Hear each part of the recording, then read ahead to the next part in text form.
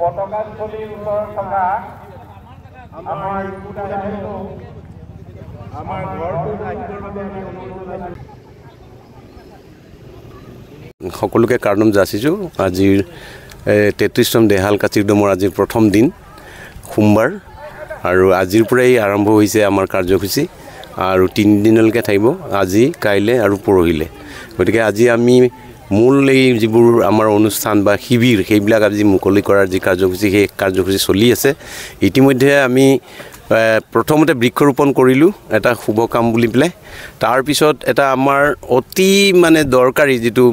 বীৰকিলুট বুলি কয়, বীৰকিলুট মানে বাৰ্ষিকভাৱে সকলোৱে পৰাচিত হয় আমাৰ জাতিটোৱে। আমাৰ জাতিটোৱে প্ৰত্যেক ঘৰ মানুহে বছৰত এবাৰকৈ বিভিন্ন বেয়া কাম কৰা বা কি কয় পাপ কাম কৰা বুলি ভাবি নিজকে আৰু খেতি বাতি কৰোঁতে মানে ক'ৰবাত কোৰখনেদি ক'ৰবাত মানে কি কয় কেঁচু কুমতি আদি ধৰ মাৰিব পায় বুলি পেলাই, অজানিতে মাৰিব পায় বুলি পেলাই সেইবিলাক দুখ বা দায় হয় বুলি পেলাই নিজকে ভাবি ঘৰখন পৰাচিত কৰে সদায়। ঠিক তেনেকৈ ধৰণৰ সমাজখনকো পৰাচিত কৰে বছৰত এবাৰ। দেহাল পূজা এটা পবিত্ৰ অনুষ্ঠান, গতিকে দেহাল পূজাক এই পবিত্ৰ অনুষ্ঠানটো সোমোৱাৰ আগতে বা কৰাৰ আগতেই তেওঁলোকে বীৰকিলুট অৰ্থাৎ যিটো মানে খুচীকৰণ, সেই খুচীকৰণ পৰ্ব হৈ গ'ল আজি। আৰু তাৰপিছতেই হ'ল আমাৰ বিভিন্ন ধৰণৰ কাৰ্যালয় বা মূল তোৰণ এইবোৰ উন্মোচনৰ কাম আজি হৈ গ'ল। আৰু এতিয়া আছে ডাঙৰ ইয়াৰ পিছত আমি খাদ্য শিবিৰো মুকলি কৰিলোঁ। খাদ্য শিবিৰ মুকলি কৰাৰ পিছত আমি মূল মঞ্চখন মুকলি কৰিলোঁ আৰু তাৰপিছত আছে এতিয়া স্মৃতি গ্ৰন্থৰ উন্মোচনী কাৰ্যসূচী আৰু সেইটো এটা গুৰুত্বপূৰ্ণ কাৰ্যসূচী। আৰু সেই আমি এইবাৰ চেষ্টা কৰিছোঁ আমাৰ যিখন স্মৃতি গ্ৰন্থ সেইখিনি যাতে এটা গৱেষণামূলক আমাৰ লিখনিবিলাক আহে আৰু সেই চেষ্টা কৰিছোঁ যাতে সেইটো জাতিৰ কাৰণে বা এই অঞ্চলটোৰ কাৰণে বা সমগ্ৰ অসমীয়াৰ কাৰণে, যিহেতু কাৰ্বি জাতিটো অসমীয়াৰ এটা মানে অংগাংগিক এটা অংশ, গতিকে সেই অংশটোৰো যাতে মানে এটা ইতিহাস এটা ৰৈ যায় তাৰ বাবে আমি স্মৃতি গ্ৰন্থৰ যিখিনি লিখনি এইবাৰ আনবাৰতকৈ আমি চেষ্টা কৰিছোঁ যাতে এইবিলাক গৱেষণামূলক ধৰণৰ হয় বা এটা আৰ্হিমূলক হয় তেনেকুৱা ধৰণৰ। আমাৰ ইয়াত লগালগিকৈ থকা গাঁওকেইখনে আমাক সহযোগ কৰিছে, যেনে বটাকুচিৰ কথা ক'ব পাৰোঁ, ঘগুৱাৰ কথা ক'ব পাৰোঁ, বেলগুৰিৰ কথা ক'ব পাৰোঁ আৰু আমাৰ নিজৰ গাঁওখনটো আছে। আৰু আমচিং যোৰাবাদ বুলি পেলাই যিখন আমাৰ কাৰ্বি গাঁও, সেই কাৰ্বি গাঁৱৰ মানুহখিনিও যথেষ্ট আমাক সহায় সহযোগিতা কৰিছে। আৰু আপোনালোকৰ জৰিয়তে প্ৰচাৰ হওক বা প্ৰচাৰ হোৱাৰ বুলি নহয়, আমি তেখেতসকলক কৃতজ্ঞতা যাচিছোঁ যিসকল গাঁৱৰ মানুহে অহৰহ আহি দিনে ৰাতিয়ে এতিয়াও যথেষ্টখিনি কষ্ট কৰি আছে। আমাৰ বিশেষকৈ আমচিং যিকেইখনৰ নাম ক'লোঁ সেই সকলোখিনিয়ে আহি তেওঁলোকে সহায় সহযোগিতা দিছে, যেনে খৰি দিছে, পাত দিছে, মানে শাক পাচলিও দিছে, আনকি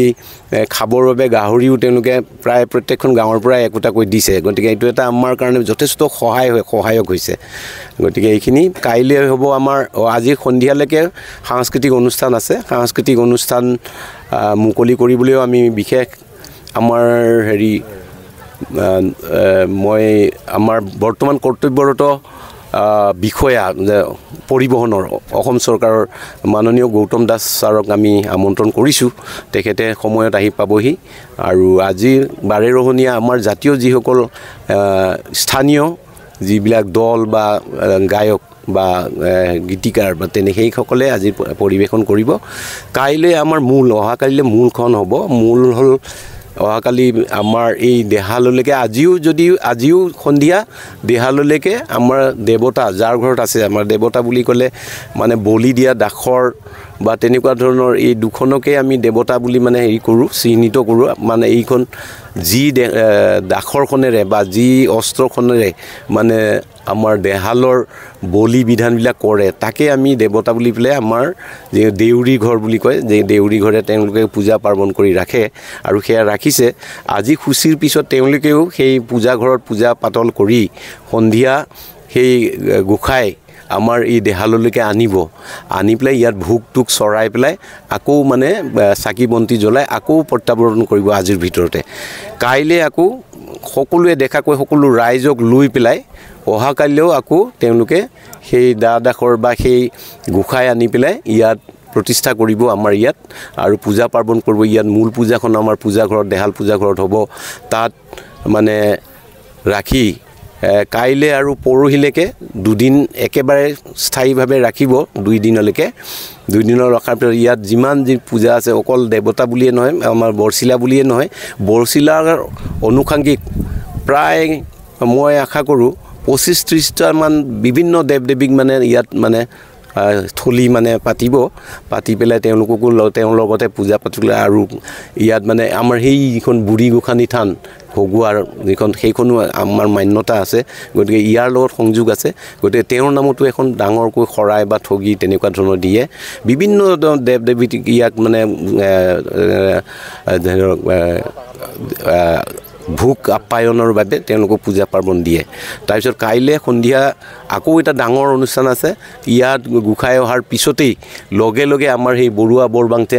আমাৰ যিজন মেইন বৰুৱা আচলতে আমাৰ যদিও তেওঁ বৰুৱা বৰবাংতে কিন্তু আমাৰ এই অঞ্চলৰ ৰাইজে তেওঁ ৰজা বুলিয়ে মানে স্বীকৃতি দিয়ে যেনেকৈ ৰজা অনাৰ যিটো পৰ্ব আছে সেই পৰ্বটো হ'ব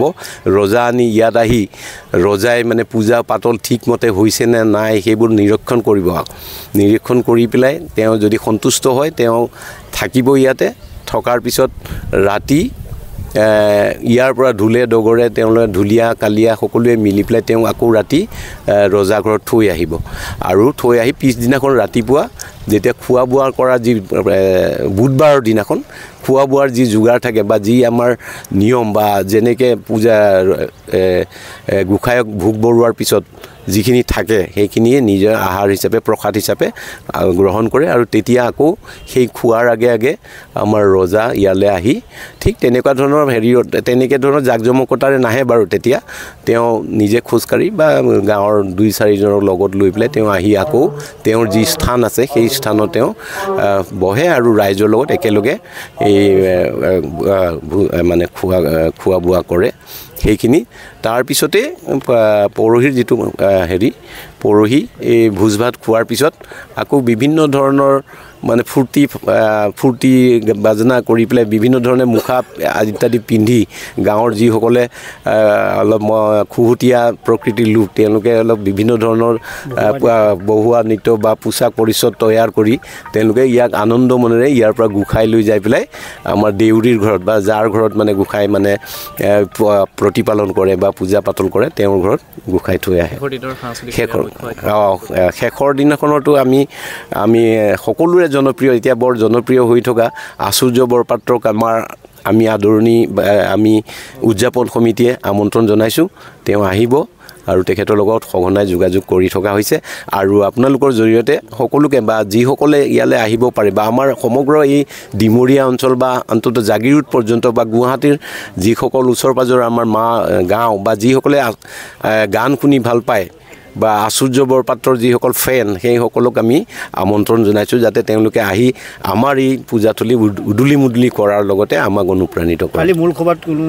মুখ্যমন্ত্ৰী অহাকালি মূল সভাত মুখ্যমন্ত্ৰী মহোদয়ক আমি নিজে সুশৰীৰে আমি সাক্ষাৎ কৰিছিলোঁ আৰু তেওঁ মানে খুব সহৃদয়ে আমাক মানে ইয়াত অহাৰ কথা কৈছিলে কিন্তু এতিয়া কথাটো খাটাংকে মানে এতিয়ালৈকে যে তেওঁ আহিবই এই কথাটো আমি স্পষ্ট হ'ব পৰা নাই কাৰণ আমিও জানো তেখেতৰ যি ব্যস্ততাপূৰ্ণ জীৱন বা ব্যস্ততাপূৰ্ণ তেওঁৰ যি কাৰ্যক্ৰম গতিকে তাত তথাপি আমি আশা কৰিছোঁ এতিয়ালৈকে তেওঁৰ পৰা কোনো ধৰণৰ নিগেটিভ বা তেনেকুৱা ধৰণৰ মানে অহা নাই গতিকে আমি আহিব বুলিয়ে আশা কৰিছোঁ আৰু ৰাইজকো এতিয়া আমি কৈছোঁ যে তেখেত আহিবই আৰু তেওঁৰ লগত আনুষাংগিকভাৱে তেওঁৰ লগত আকৌ আহিব পীযুষ হাজৰিকাক আমি মাতিছোঁ আমাৰ কাৰ্বি আংলং সাহিত্য পৰিষদৰ মুখ্য কাৰ্যবাহী সদস্য তুলিৰাম ৰহাংদেৱক মাতিছোঁ তাৰপিছত আমাৰ শিক্ষামন্ত্ৰী ৰণোজ পেগুদেৱকো আমন্ত্ৰণ জনাইছোঁ মই বোধেৰে তেখেতসকলে আহিব